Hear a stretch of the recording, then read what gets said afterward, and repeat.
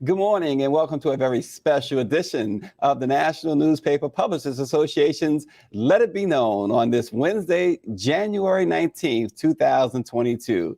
This year, as America's Black press celebrates 195 years since the founding of Freedom Journal in 1827, the sector is enjoying a renaissance fueled in large part by the children and family members of legacy publishers who are determined to maintain the viability and the vitalness of the Black press. Today, we discuss the legendary legacy of the Black press of America with Washington Informer publisher Denise Rolark Barnes, who took over the Informer in 1994 following the untimely death of her beloved father, Dr. Calvin Rolark. Denise's son, Lafayette Barnes, who has carved out a niche in the Black press with the Informer spinoff, The Bridge, also joins us. Patrick Washington of the Dallas Weekly, his wife Jessica, and Patrick's father, James Washington of the Atlanta Voice, will also join us this morning. But first, let us go over the headlines. The Senate Democratic leaders have forced a showdown over voting rights, a fight that's certain to end this morning in failure. The debate began last evening with the Democrats using a loophole in the 60-vote rule to begin considering the Freedom to Vote Act and the John Lewis Voting Rights Advancement Act. But there is no such loophole to end debate and proceed to a final vote unless Democrats change the rules. Republicans, of course, are determined to filibuster the bill, and Democrats lack the 50 votes needed to create an exception to the filibuster, with Democratic Senators Kyrsten Sinema of Arizona and Joe Manchin of West Virginia firmly opposed to weakening the 60-vote threshold, even though they say they support the two bills. With those two senators making it clear they are immovable, and with Republicans overwhelmingly opposed to the two bills, the measures will fail. But the Senate showdown is less a legislative strategy to pass the bills and more a political strategy to show voters that they fought for voting rights.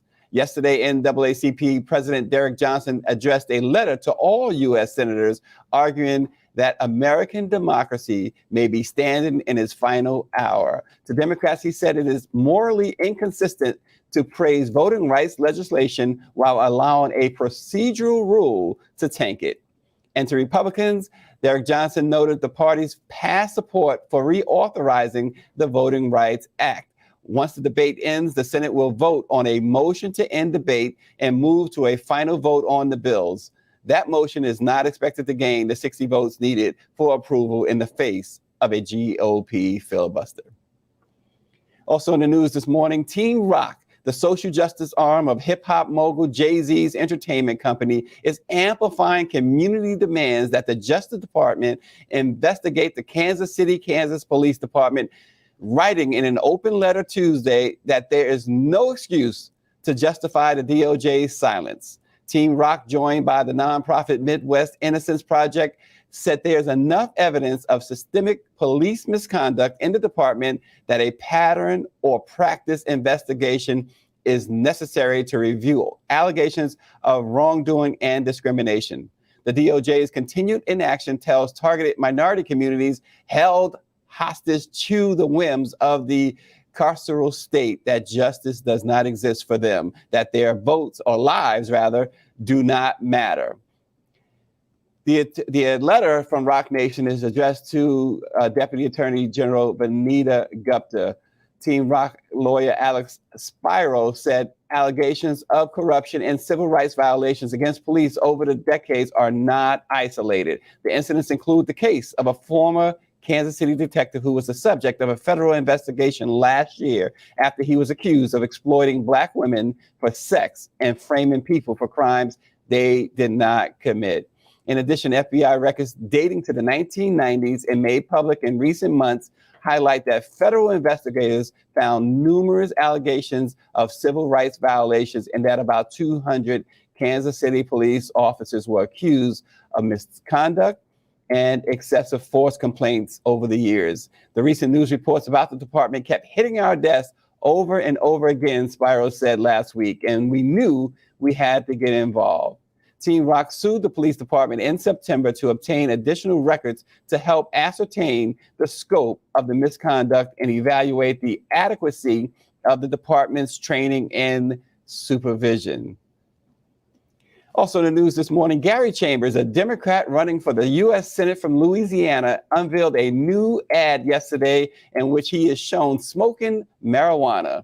In the highly unusual spot, Chambers, who is seeking to unseat Senator John Neely, a Republican, is shown seated in an open field, lighting up a rolled blunt of marijuana and taking multiple puffs.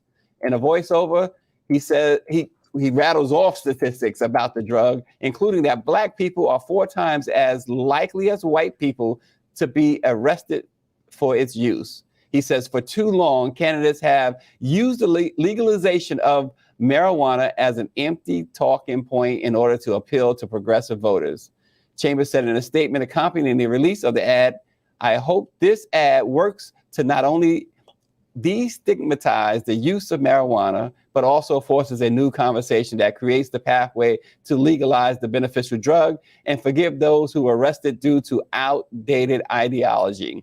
Chambers supports federal legislation that would incentivize state and local governments to expunge the criminal records of those who have been convicted of marijuana offenses, and that would expand the marijuana industry's access to financial institutions. His campaign said the ad was filmed in New Orleans, where the city council recently passed an ordinance intended to remove penalties for simple possession of marijuana. Well, we're live from Washington, D.C. this morning at the National Newspaper Publishers Association studios inside the Thurgood Marshall Center. Our topic this morning, our special topic this morning, I should say, is the legacy of Black-owned newspapers, which date back to 195 years. And let's bring on the president and CEO of the Black Press, Dr. Benjamin Chavis. Good morning, Dr. Chavis. Good morning, Stacy Brown. And of course, we're here in Washington, D.C. I'm so proud that you're broadcasting live from the national headquarters of the NNPA. Karen Carter-Richards, our chair. We have a board meeting today representing 230 African-American owned newspapers from around the country. And this is the 195th year of the Black Press of America. Well, and this is a very special week for the NNPA. As you know, obviously, we were scheduled to have our midwinter conference this week in Florida, but because of the outbreak of the Omicron variant, we have decided to postpone it. But we are here an hour each morning right here at the NNPA's main office to bring you the latest news and information that Black America can use. Black newspaper owners have kept it in the family, continuing a tradition that has resulted in some of the world's best journalists and best talent, including Ida B. Wells, Frederick Douglass, Langston Hughes, W.E.B. Du Bois, and many of their contemporaries, and today's bigger names across the profession. This morning, we begin a series in which we look at how our publishers, many of whom took over from their parents and families, are preparing their children and family members for the future of the Black press. Let's bring on Denise Rolark Barnes, the publisher of the Washington Informer, her son, Lafayette Barnes, who helms The Bridge, and also James Washington of the Atlanta Voice, and his son, Patrick Washington, his wife, Jessica, who helm the Dallas Weekly out in Texas. Good morning, everyone. Good morning. Good morning, Stacy. Well, it is good to see you. They say ladies first, so we'll start with Denise. Denise, you and Lafayette are forging quite the legacy, or continuing quite the legacy, I should say, that Dr. Calvin Rolark started. How is that going? You know, how does that work? Lafayette and Denise, was there a family conversation? How did this take place? I think you're muted. Denise, we can't hear you at the...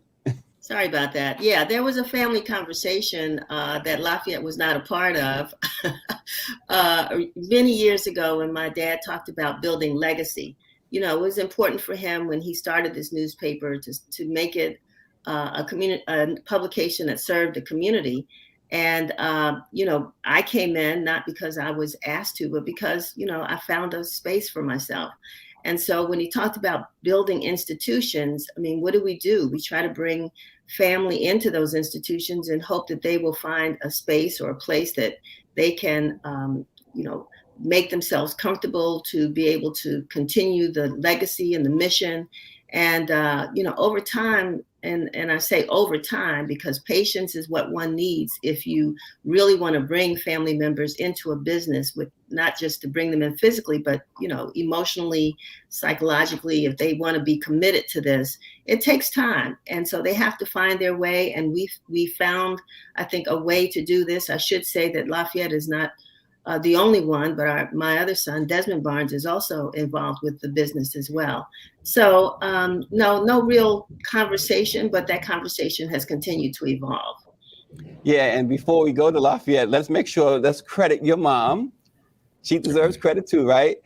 And of course, your husband as well. We're gonna credit both of them, right? Well, throw my stepmom in there and my uncles. No, I'm just kidding. But yes, exactly. I mean, it's definitely been a family affair. Yeah, Lafayette. So you watch apparently your grandfather in this business, your grandmother in this business, and obviously your mom. So what brought you to the Black press? What was that at your age? Because at your age, and I know you are an ambitious person. A lot of young, particularly Black young ones, are striving to do their own business, their own thing. Well, what is it about the Black press that attracted you to keep that legacy going? Well, I would say that my parents always instilled in me the culture of the Black press. I attended many of the NNPA events and industry events, and spent a lot of time in the office and just sort of observed how things were being run. And so I've always had a knack for entrepreneurship, just like you're saying, other young people have. And so I spent some time working in other companies and sort of learned that I would never achieve.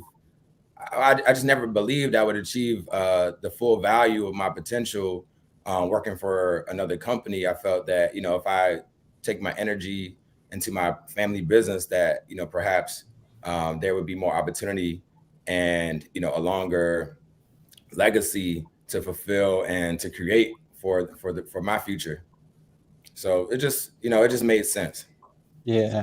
And James Washington, you're down in Atlanta, but you obviously you had the Dallas Weekly, or you have the Dallas Weekly as well. What was the conversation like? And it's not that Patrick is not sitting right here, but what was the conversation like? And did you have to twist his arm at all? That's what, I'm glad you added that co-publisher Dallas Weekly, because that's a title he allows me to have right now. Gotcha. All right, as I live in Atlanta. But I can't say it was a straight path. I can say that on my side, it was one of those things that I thought about, but my son is his own man, always has been. And I would take some responsibility for that. But early on in the game, you have to understand, when we have this series, we'll go through the fact that my son said to me, if I can't take it over, I'm leaving, period, in the story. And there was an exit date, if you will, that came and went, and he did leave. Okay. He was always desirous, I think, of taking it over, but it wasn't always publicly. I shouldn't say publicly, I should say from a family point of view. And as a matter of fact, he tried a number of things, went out to LA, he's sitting here so he can say this. But as time evolved and it became apparent that in the family, he was the one that wanted to lead it. I have a daughter, she worked in the business also, but he became the one that wanted to, quote, take it over. And as Denise said earlier, there's more to it than just the title. There's a little bit of experience there. And let's please talk about the financial side of support and those kinds of things. So as time had gone on and it was apparent that I was about to move to Atlanta, that's when his interest peaked, and I'll let him talk about that. And it became one of those things where I consider myself a third generation owner, because the previous owner, founder, Tony Davis, and his wife, Lucy Mae McDonald Davis, decided that I was the one who would carry on their legacy, because his son did not want the newspaper. And I did, and I bought it, and the rest, I guess you would say, is history. But I consider myself a part of that family, because it wasn't just something I wanted to do, or something that generation of folks wanted me to do. And as a matter of fact, his mistress, after his wife, after he died, basically told me that Tony had picked me and decided it was almost a deathbed wish or request that when I'm gone, make sure Jim Washington has the paper. But she also told me that she wanted the weekly to be around for my kids and their kids. And that was so long ago that every now and then it comes back as a reality. So I'm pretty proud of that. Yeah, and Patrick, so for you, was there a hesitation at first? Because again, as I was saying to Lafayette, and I know you have a lot of ambition too. It shows, and each time we talk and each time we hear of you, was there any apprehension? Because it's not an easy business, right? No, it's not. Hesitation, I'd say, I mean, yeah, in the sense of, like my dad said, it wasn't a straight path. In my head, as a young person, I was going to go out to Hollywood, blow up, hack $1 million, buy dad's paper, and then have that as my, I own that, it's in Dallas, and that was the thing. Life teaches you other lessons, because I went out to California and was damn near homeless. So I came back, and dad basically was trying to help me out by saying, I'll give you this little job to do as you get back on your feet. And the job turned into what I wanted to do. My background is in film. I've always circled around media. I went to school at Clarkland University for mass media arts. I was out in California doing that. So I was always trying to do something in there, probably film. And I knew that the Weekly's Foundation could be the platform by which I could make all that other stuff happen. You sort of realize that, movie studios and production companies are nothing more than big spaces with a bunch of stuff. And there's no holy place to make those things. You can do it wherever you want to. And I had the resources and the family business to allow me to sort of be creative and explore. And it took a little while of just working in the business to understand what that would have to be. But as I came back from California, that became very clear that I knew what I was about to do and what I needed to do. And I didn't tell him I was going to leave if there was no, business transfer. What I said was I would have to leave because of the things I was doing at the time required me to be in a controlling seat in the business. And if you look at sort of the history of that, we didn't change the plan. It was the execution of the plan that had to change. I had to work. I had to, sacrifice a bunch of stuff and some times. And then I brought her on, which was more of a safety blanket, actually, because her background is in accounting and finance. And I knew that I had no background in that. And I didn't want to be caught up with bills and taxes and all those stuff, because if that's straight, I can always, work. So she came in and really cleaned up that part. And then we became sort of a team of sorts, because obviously my history in the business allows me to sort of work in the editorial department a little bit easier. I know the market in sort of like traditional people that, we talk to. And then she had the corporate background that says your stuff is all kind of janky. Let's put it in a nice, position so that you're not sitting here off the fly answering stuff like, it kind of had been for a little while. Well, Jessica, at what point did you look at your husband and say, have you lost your mind? That's a daily question that runs through my head. But like he said, I definitely, I kind of want to echo what Lafayette said, why I was interested in it. I mean, obviously, being part of a legendary newspaper is something that not everybody gets to say that they can do. But I also was in a situation where I knew that I was talented and I had other things that I wanted to do. And there was just not any other space that I could do that other than a family business that really would allow me to thrive. And so we are in a very unique situation to be legacy. I basically call it Black royalty, okay. Because again, like this is a very unique position to be in, a very unique institution.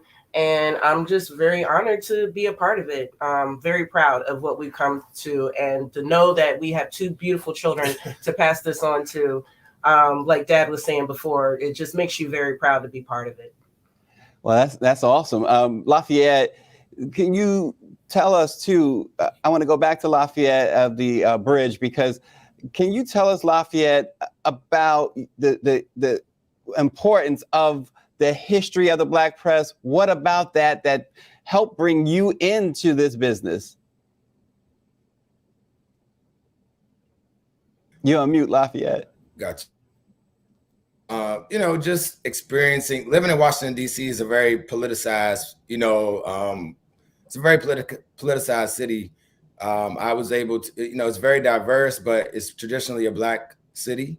And seeing the changes in the city and, learning the history of how these things changed and being inspired by the stories of my mother and my grandfather and many of the folks that work within the Black press, especially at the Washington Informer. I was just always able to sort of connect the dots and realize that, we need to empower our businesses. We need to empower our community. And the Black press is one of those, one of our, ways to do that. And so same with Patrick, I've always been interested in like graphics and film and audio. Me and my brother, we started like a little rap group in our neighborhood when we were younger. And, then I started shooting music videos for local artists and, just started to evolve in that world. And, seeing that there were some discrepancies in some of the ways that we produce our content, I was like, maybe I can come and help with that. I can start with some photography and start with some video. And then it was like the same thing with Patrick, trying to work within the framework of the Informer. There were some hurdles as far as, reaching a younger audience. And I felt like, okay, maybe we can create a new product called The Bridge. And one of my cousins who was a journalism major and is a true, great writer, he came together and we started this blog and, we talked to my mother and she allowed us to develop it into a print product.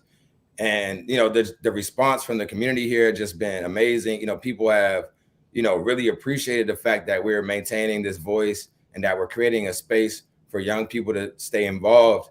So, it's just been an amazing experience. And the Black press, is that avenue where we need to tap our resources into and continue to grow in that space. So, that's just at the heart of all that I do. Growing up in a multicultural society, you sort of get lost. The politics today aren't, when they talk about like people of color and the things that sort of we are traditionally, historically responsible for have now been somewhat watered down. And, that those dollars and those opportunities and those words are being spread across a larger group of people instead of just, African Americans. So, it's really important that we have some, we centralize, where this content comes from. We centralize where this thought comes from, and we sort of redefine and preserve that story for the young generation going forward. So that's where I'm inspired. Yeah, and Denise, how do you work not just to keep your sons involved? Obviously, Lafayette he's sold, he's in, right? But how do you continue to tell young ones that not only the importance of the Black press, but how do you get them to come and stay and want to stay? Well, it's funny because we have an intern that we got from Howard University several years ago who had us laughing at an anniversary event when she said she walked in and she noticed, no offense, but all these old people sitting around the table. And I said to her, well, that's why you were here, to open that door and to let younger people who walk in the door see you, so that they'll know that the door is open for them as well. So Lafayette, Desmond, I can go through the list. Sam Collins, who's one of our writers. I met him when he was doing working on his master's degree at George Washington University. Again, Serafina. The door is open, and I'm keeping the door open. And I'm telling Lafayette and his friends and his colleagues and people that he meets, know that the door is open for opportunity. Now we have to figure out how to generate revenue to help support them. Unfortunately, this is a generation that really is looking for the things that make them feel good about what they're doing. They want to make money, but at the same time, I think that they have a passion for the community, for serving the community, for doing things that as Lafayette said, and Patrick, that preserve our history and culture. All of this is really important to them right now. And the Informer and the Black press, I think, is that place where they can express those wants and desires and exercise those freedoms. And so, having them involved with the National Newspaper Publishers Association, having them involved with our publications, listening to their ideas, and technology has moved us in a direction. And I said, a lot of my colleagues in journalism still have a hard time putting down a notebook and a pen, right? We still do that. I have a little show and people laugh at me because I have one of those old-fashioned crank pencil sharpeners behind me. But, the technology is so different and it's moving so fast, and we need them to help us to understand how things that they grew up with and played with and were socialized with are now the tools that we need to empower our community. And so we've got to keep that bridge open. Well, speaking of that, real quick, Lafayette, how did you come up with the name The Bridge? Yeah, it's an interesting story. So, DC is split into 4 quadrants, and the quadrant that we represent is Southeast DC, and we're separated from the rest of the city by, I believe, the Potomac or Anacostia River? Anacostia River. And so, and so there's a bridge that you have to cross in order to reach the city. Also, Southeast DC has always been the most marginalized since I've been alive. It's in the most marginalized part of the city. We've had the most issues with funding and crime and, politics and all the things that, you get in every Martin Luther King Avenue around the United States. And so, my parents afforded me the opportunity to go to some of the better public schools and be involved in, many extracurricular activities. And every time we had to do that, we had to cross a bridge to get to those activities or to get to those opportunities. And, I just thought that might be a name that, would make sense for, some of the issues that we have as a community. How can we cross the bridge to opportunity? Also, there's the idea of bridging generations, bridging the gap between communities, bridging the gap between, forms of media. I just think it's a word that brings people together. And I've seen that, as I talk with people, they come up with their own reason why The Bridge is a great name. They're like, oh man, that makes so much sense because, you're bridging us together and you're bridging this and that. So, I just think the name is just stuck, and, I'm really proud of it. Oh, great. And Patrick, I want to go back to Patrick Washington of the Dallas Weekly. What distinguishes those newspapers with successful digital platforms from those who have not made the transition successfully? So let me say it back to you. So what's the difference between successfully bridged or digital companies and traditional print stuff? Okay. Yes. Those who have not made because we know there's still some holdouts, right? Yeah. I think that there's several layers to answer that question. And the first is that, anybody who's sat in the seat and has had to do the job understands that there's not a guaranteed retirement plan here. This is usually small business, usually, in economically impoverished areas, trying to serve those communities. So there's sometimes a strain on money, and people don't want to, throw their future away by saying, I'm going to move on or do something else when there's no guarantee. And I think there's a lot of fear in that, especially if there is no clear successor. You know what I mean? Like if there's no, child or nephew or something around that you can sort of even have the idea with, the holdout is just, a safety net. But I also think that, the world changes whether you like it or not. And as I was hearing in the late 90s when Dad started his first websites, people were against that. It's like, I don't want to do that. I don't want to, do this. This new technology is what it is. And I remember I was sitting in a meeting. I've had 2 real jobs in my life that I claim. One of those was a part-time job at Blockbuster Video, because like I said, I love movies. And I sat in a meeting and watched them talk about Netflix and how they were going to they were going to do their thing and this little company was going to do what it was. And we were sitting there, me and this other kid was about my age. We were just looking at each other like, oh, this is not going to work. Because at the time, Netflix had offered to, sell themselves to Blockbuster. And they told them, we don't want your little rinky-dink DVD for, hire or whatever. But I thought about that as I was looking at sort of our industry, and it's like, there was a point when people were like, I don't do that. And then all of a sudden, that is the standard. We're in that point again with everything that Lafayette said, with video and audio and social and mobile apps and, SEO optimization and all that stuff. And that's just the standard now. So if you're not on board, you've basically laid down and are ready to die. Right. And I mean, that's the truth. If you are not doing this, and I mean, even in the slightest bit, you got to have a social press. You got to do something. If you're not thinking in that way, you have basically said, I will not be here to see the future of the Black press. And whatever happens, thank y'all very much. And it is my goal to stop that in a sort of forceful way. Like, if we had the resource, like me and Lafayette have talked about bridging, no pun intended, our way of saying, well, how can Dallas and DC do something? Right. But if we could have that tap into the money, I'm all about acquisition. If the Texas papers, which they aren't, not all of them are struggling like that, but if they were just saying, hey, we don't have the resources or the time or the energy, and if you had it, I would take them all. And what I'd like to also say is some of that is the forward thinking of the next generation, which would be me and Lafayette and lots of others around the country, to understand that the network will be the foundation. What the NNPA is in a physical space, we are now in a virtual space. We don't need to have the fly to Orlando to have the overnight, long conference. We can do that just like we're doing now. Video conference it in, have all of our stuff, and we can put together projects on a national scale or international scale with the technology, as Denise was saying, and create the space. It's not like there was ever a space saying, hey, Black press, here you go. We're waiting on you.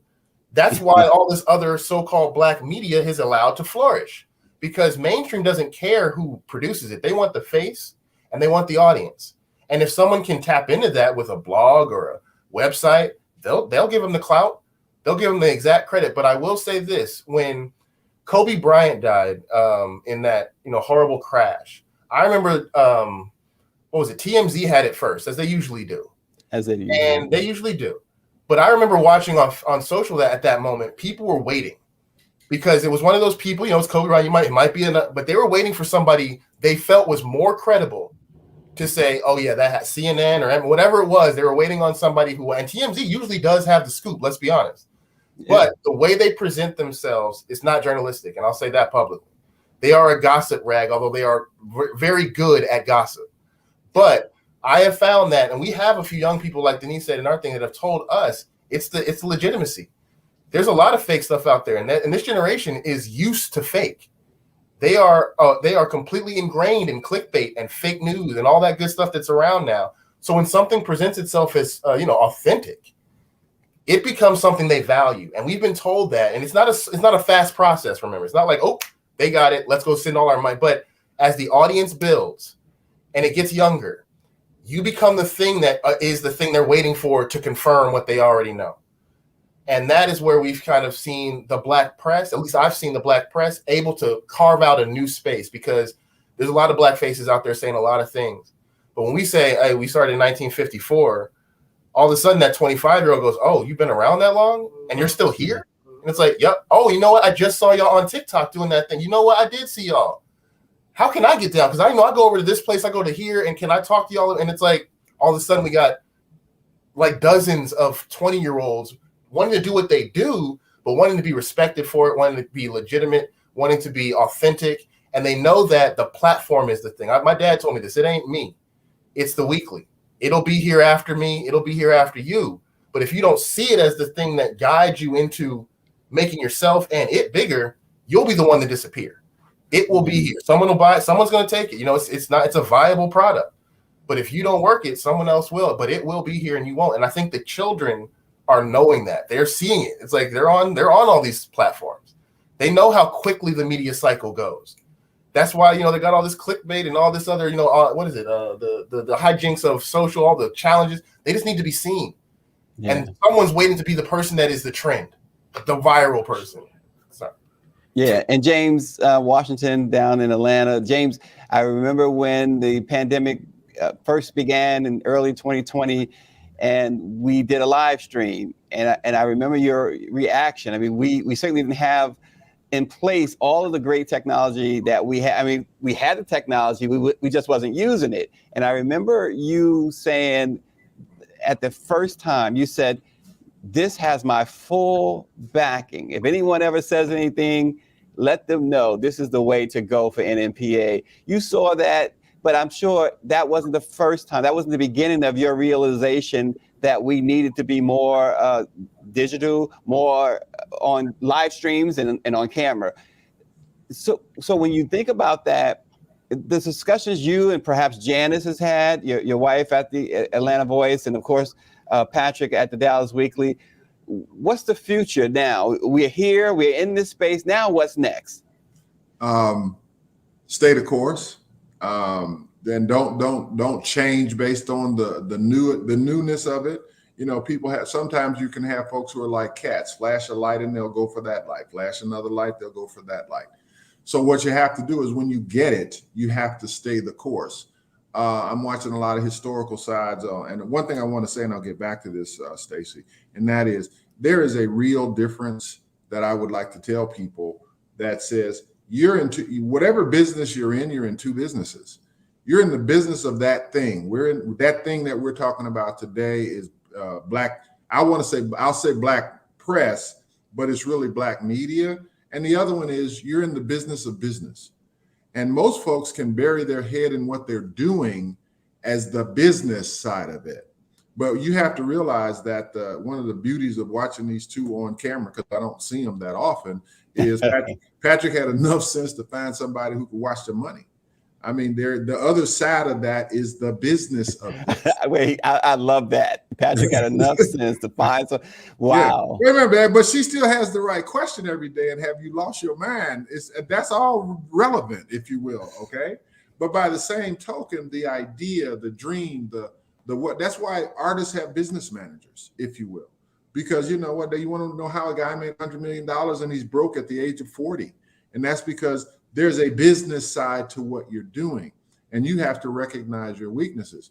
Forever, and I would say that I was not brought up in the world of black newspapers. However, I was brought up in the world of understanding where the money was, understanding what you're talking about. So there's another side, and I want to be dispassionate about this. There's another side of the business, if you will. It has nothing to do with what we do. That the passion of what we do is one thing. But as soon as you raise your head in America and you say, I can make money at this, you attract competitors, you attract vultures, you attract people who will steal it from you, take it from you, do whatever, because it's all about the money. The beauty of what we do is, you know what? And I know Doc's on the call, and that is when the world was segregated, black newspapers were rolling because they did not want us in that regard.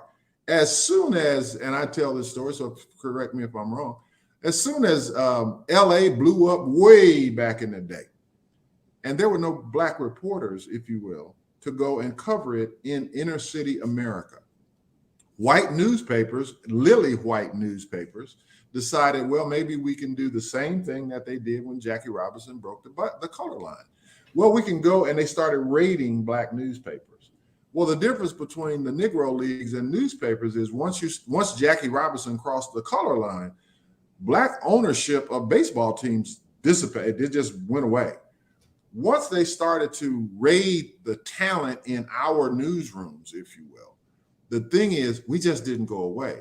But the attack began then, not on good journalism, but on business. If I can pay you more, if I can take away, et cetera. And the cycle came around for the Million Man March that ultimately had Black America knowing what was going to happen in DC when a million brothers showed up. But what they didn't understand is that our whole community knew it. Their media was saying, maybe. They were trying to analyze it, like Patrick said. There was no authentic coverage of that, except in black newspapers. Because we all knew, because we were interviewing the sisters who were putting people on the buses with lunches. We knew that churches were having fundraisers. We knew all of this. Now, as I go back to it and say, okay, the industry, the media industry is what you study, if you will, in order to make sure that you're a part of it. So the industry changed. The industry changed when Murdoch commoditized news. Now, and so, I mean, when he commoditized news, now news has value. Once news had value, then it splintered. It splintered to sell that news to the people who would consume it. And they didn't really care about the authentic nature that Patrick was talking about before. So now you got, that's why Rush Limbaugh was so popular. He just packaged news and sold it to the people he knew wanted to. Now, I don't know if he was legitimate, maybe he was, but he was making a truckload of money doing that. All right. Our legitimacy never changed. So when I saw you guys, and I got to say, when I saw Doc in terms of what he was dealing with, you guys were looking at the industry. That doesn't mean all of your members were looking at the industry. That hesitancy that Patrick said sometimes geared towards fear because you don't know it. But I guarantee you every business person said the business is going that way because the dollars are going that way. So you have to be a part of it. And now it's all about audience. I'm a former PR guy. So it doesn't matter how the audience gets its information. You just have to be the information provider and put it where they get it. So if they get it in a printed product, they're going to do that. The publisher and the owner of the Belo Corporation in Dallas told me this one day. He said, as long as people are going to pick up a cup of coffee and read a newspaper in the morning, we're going to produce one. But the leading, I don't want to call them what I want to call them, but in Dallas, they are leading the charge by trying to dominate the market. So what do they want to do? They want to dominate the audience. And what I can tell you right now, and I'm proud of the fact that what you do, what Dr. Chavis does, etc., you never let anybody claim this audience. You never let anybody claim our audience. Now it's up to us to do what Patrick and Lafayette said, which is transition so that now Black newspapers, I'll say this because I know I talk a long time, everybody tells me that. But we had a guy, because we had publishers who broke off in NMPA to try to take advantage of this, and we were called all kind of traitors and everything else. It's a really crazy thing. We had a PR guy out of Philadelphia. He said, the guy who made the buggy whip, giddy up buggy whip, horse and buggy, made the best buggy whip that was ever made. But he should have gone into the upholstery business. I refused, and hopefully you can hear through these young people, I refused to say we're going to put out the best weekly newspaper that ever was put out because we got good talent and die on the vine. That makes no sense. So we have to transform ourselves with where the industry is going. So I'm glad to hear that these guys are not talking about just the newspaper. They're talking about Black media. You hear them talking about film, and digital, and audience, and all of this kind of stuff, which is our future. And why? Because let's make sure we understand this. We run businesses. I don't know how old is the weekly now, Patrick? 68 years. So that's now show me a whole bunch of other businesses in the country that are 68 years old. Yeah. We've got 5 or 6 of them that are over 100 years old. And in that window, if you will. So if we were just sitting here talking about Black-owned businesses who are operating in and for the Black community, and they were 64 years old, we'd be going, wow, they need to be celebrated. But people get caught up in what we do, the politics of it. So you don't get credit for the employment side of it, the jobs, and all of the other kind of things that we have done, the presence that we have in the community, because it can get confused with the mission, so to speak. Yeah. But you have no mission if you have no business. And I know you talk about 68 years. The Washington Informer has been 57 years.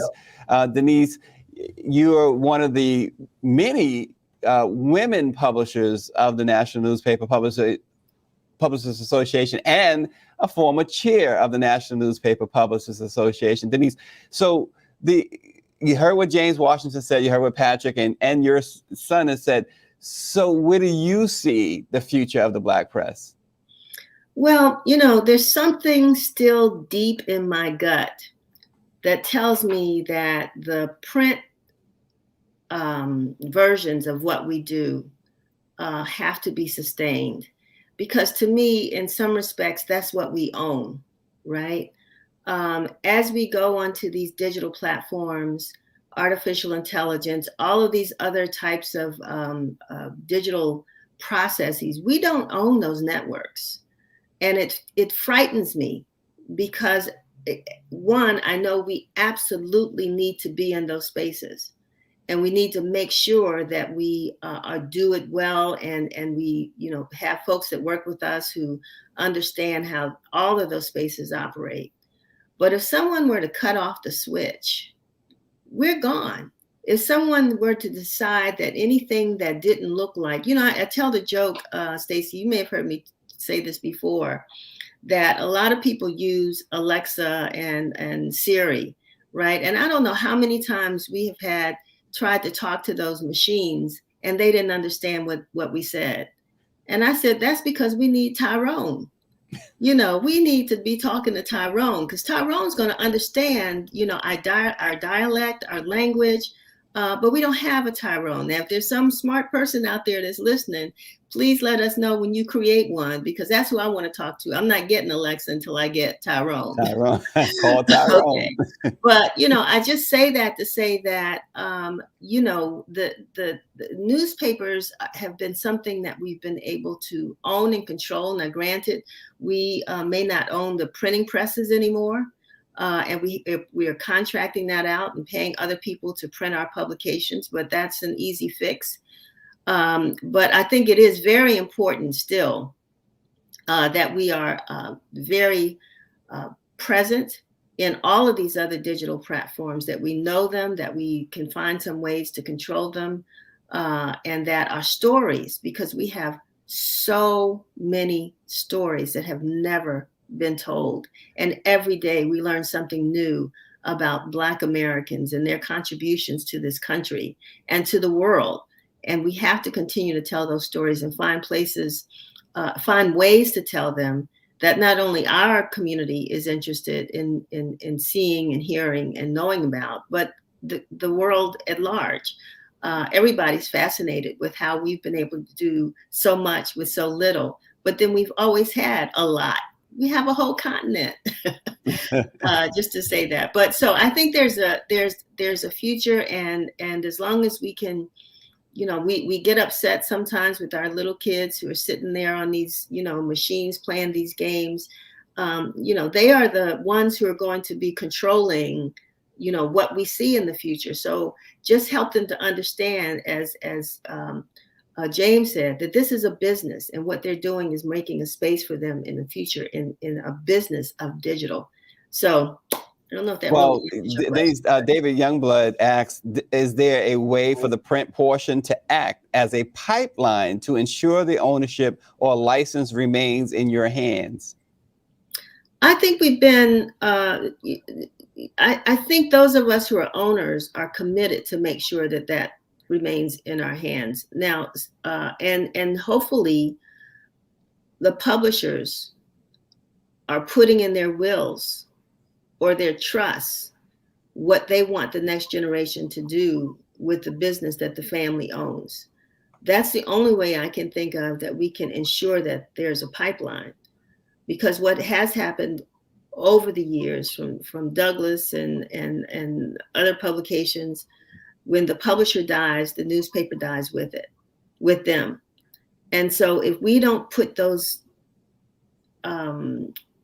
legal documents in place to ensure, someone asked me once, well, if you die, would you be upset if whatever happened to the informer? I said, I'll be dead. Well, you know what, Denise? So I think that's all I'm saying. Family generational planning is important and critical to making sure that this legacy continues. Yeah, and Lafayette, let me go to Lafayette, because earlier Patrick was talking about acquisitions. Now, I'm probably sure that in the past we've probably heard that. I haven't heard it since I've been affiliated with the Black Press. So that forward thinking, isn't that what's needed from our younger ones to keep our younger ones, individuals like yourself, that you guys remain interested in the Black Press? Certainly. I mean, it's what I've learned is, there's a thing called market share. And so having market share allows, you to have some leverage with the advertisers, with your audience, and all the other moving parts of this industry. So I certainly think that acquisitions and looking toward the business, and being a business person, thinking about how what other streams of revenue that you can create within your business, news, actually having reporters write stories and having those be turned into media that someone can read. That's one aspect of what we do. But we can also get into documentaries, film. We can start getting into like my mother talked about. There needs to be a Tyrone. It's like we can think about we can support these ideas, and we can empower these entrepreneurs who are in these spaces, or these executives in these spaces, and push for more market share when it comes to Black representation. When we talk about the future of the Black press, I think about the future of our job descriptions, connecting, creating organizations like the NMPA, and looking at our ad agencies, looking at our creative agencies, our production companies, and finding some connection that we can all work on the same platform and have a common mission that we're working together. I think about even what my mom discussed with the metaverse and VR and AR, looking at those spaces and figuring out, like, now that they're sort of at the beginning of being adopted into modern society, is like, how can we sort of get into those spaces, and how can we start to create representation in those spaces? So I've deep dived into the metaverse. I own the Oculus headset, and I'm creating content in VR. So I'm really looking to really create some sustainable solutions for us in the future. I don't know if I sort of went on a tangent there, but if you have another question, feel free. Well, I want to go back to Patrick and his wife, Jessica.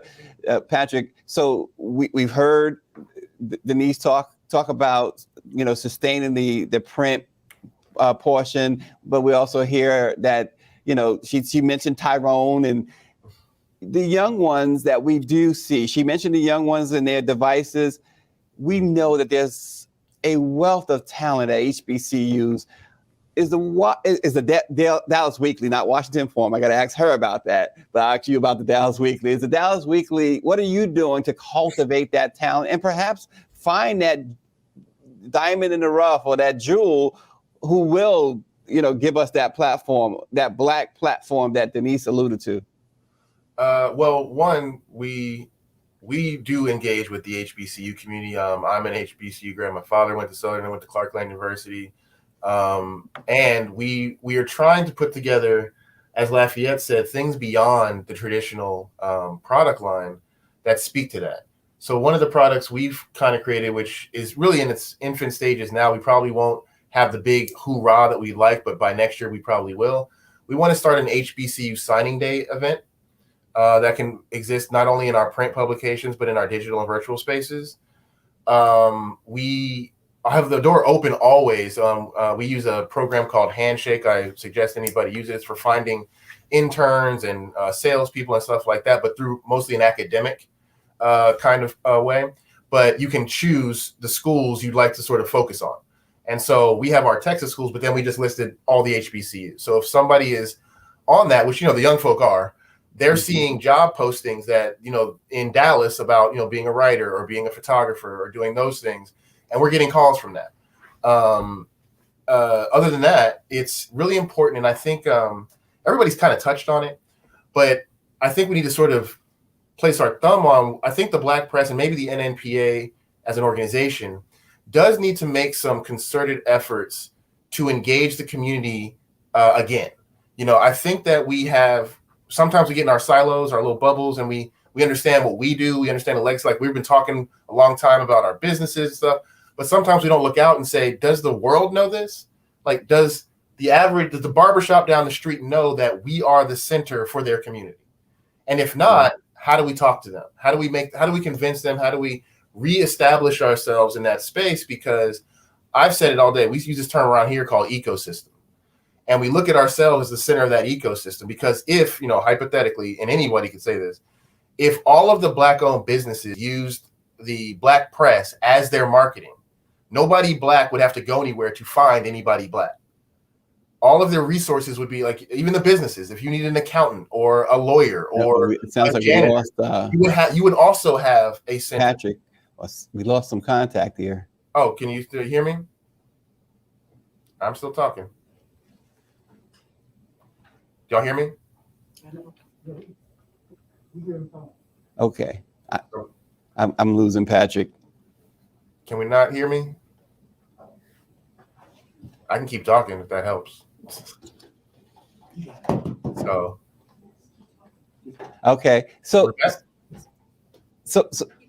Patrick, I'm sorry, I lost you for a second there, but let me, I know we're winding down a bit, so I want to go back to James Washington and get James's closing thoughts before we do have to close. James, on this whole topic, on the future of the Black press, where, in 1 minute, what's the future of the Black press, and where you see taking the Black press, at least the Atlanta Voice anyway, and the Dallas Weekly? The future of the black press rests in what Patrick and Lafayette and we're all saying, and that is, where do we centralize this thinking?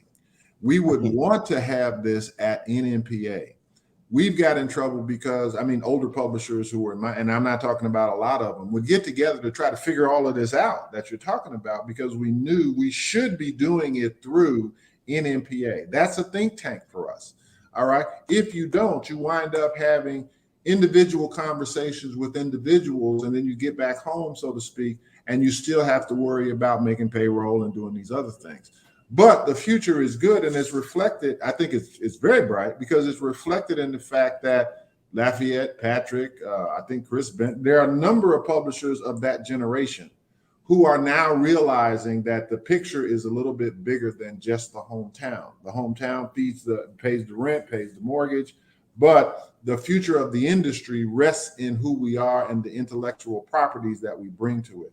Fortunately, you know, we might have talked about this a long time ago, Stacy, but you're doing it right now. We have under leadership of Dr. Chavis, you're trying right now. The key is that this is a classroom, and the classroom, my mother was a teacher, and she always used to say, put 30 people in the room, you're gonna have 5 who are brilliant, you're gonna have 20 who are just, you know, average to good, and then you're going to have 5 that you just can't worry about. All right. That is a hard business lesson, because you can spend, and we have, and you know it, the politics of the organization that we're in sometimes takes away resources that should be put into what we're talking about. I knew a long time ago, Patrick didn't have to kick me out. I had to get out of his way. Here, sign, let me do this while I'm alive. Lenore, our chairman, Karen, our chairman, told me that her mother put it all in place so that when she died, there was an easy transition for her. And I'm sure she's learned from that. So we have to do these kinds of things. And right now, if we can just maintain the organization and not have these young people go form their own, because that's hard. Build on the one we have, and it's the one that is bringing our audiences this show every morning now at 7:30. Who would have thought the Black newspapers would have a national show that is on video and accessible by anybody who has a phone or a computer? And I apologize to our viewers. I just lost some power for a moment, but you guys could still hear me. I want to real quickly, because my plan was to go back to Jessica, because you mentioned, James, that she's the money person. Money is the key, right? Jessica, the future as far as the money part of it. We need money to keep going too, right? Absolutely. Yeah. And one thing that Patrick had mentioned earlier and Lafayette had just said flat out was talking about market share. One thing that I'm over, not just with money, is also sales. And I'm always thinking about, like, whenever we create content, who's going to see it and how many people can see it? How can I give numbers to a client and say, this is what we can do? And so I know that we always need creativity and everything like that in what we do, but I'm always thinking about money, how to keep the lights on, but also how to grow. Because as I mentioned before, we have 2 beautiful children that, we would like to create new platforms for and give to them. So, Money is very key. Budgeting is key, but also I want to state that investment is key. There have been times that maybe we would kick ourselves a little bit about putting a lot of money into a project that did not work out, but at least we tried it, and we know, we learned from it and things like that. But if you don't stick your neck out there and try something new, then you don't know what you can be successful on. So I would highly suggest to all publications out there, especially, like ones like us in the Black press, is to do some R&D. Definitely put some money to the side to do some cool new things that you've never done before, because you never know who that could attract. And we've been very successful and lucky to have things come to fruition when it comes to our projects. Thanks so much, Jessica Washington. Denise Rolark Barnes of the Washington Informer, last word on that too. You've been surviving and in a lot of senses thriving. There was a news article in the Washington Post recently about the Washington Informer talking about the fact that you've been thriving lately. What's the future as far as money? How can the Black press continue to be profitable, or at least, I know you work on that break even, but how can we improve the bottom line? Well, I know you're running out of time, Stacy, and I just want to say really quickly, I think James said it the right way earlier, at least what I believe, and that is to stay the course. And Jessica said it as well. Stick to what works. Don't get too distracted by, the new bells and whistles. Find those things, those 4 or 5 things that work, stick to them, and then, you can, explore other opportunities as you go along. Of course, you want to stay present, like I said, in all the platforms that are available to us. But I agree with James, stay the course. And, folks will come to you, because it's interesting how I think a generation grows or matures into understanding who they are, the institutions that they can depend on, where they need to be as they mature. These are millennials. They'll be millennials till they're 80 years old. So, now they're looking back and trying to figure out how they will attract the generation behind them. So I guess stay the course. And one of the things I really, really want to commend Jessica, I got to give her a shout out, because we're talking about family businesses, and it's not easy to own a family business if the family is not invested in that business. And here comes the next generation, it looks like, that's also invested in that business. So, we got to keep our eyes on the prize, let everybody know where we're trying to go. And our mission is so very important. To Frederick Douglass put it out there in the very beginning.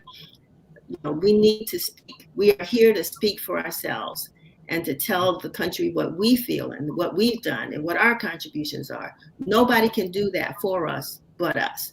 And so as long as we remember that, then I think the future is tough, but it's still bright. Yeah, and you kind of stole my closing thunder there, Denise, because one of the things I wanted to say in close is that sometimes we do get criticized about, well, today's an example. You're talking about yourself. Well, guess what? When you go on CNN, you see headlines that say, Don Lemon said this, or this personality from CNN said that, or MSNBC, our MSNBC anchor said this or that, and they make big news out of that. They pat themselves on the back far too much. So don't compare us. We're the Black press. We are authentic. And as you saw today, the future is bright in the Black press. Stay with us. We'll see you tomorrow.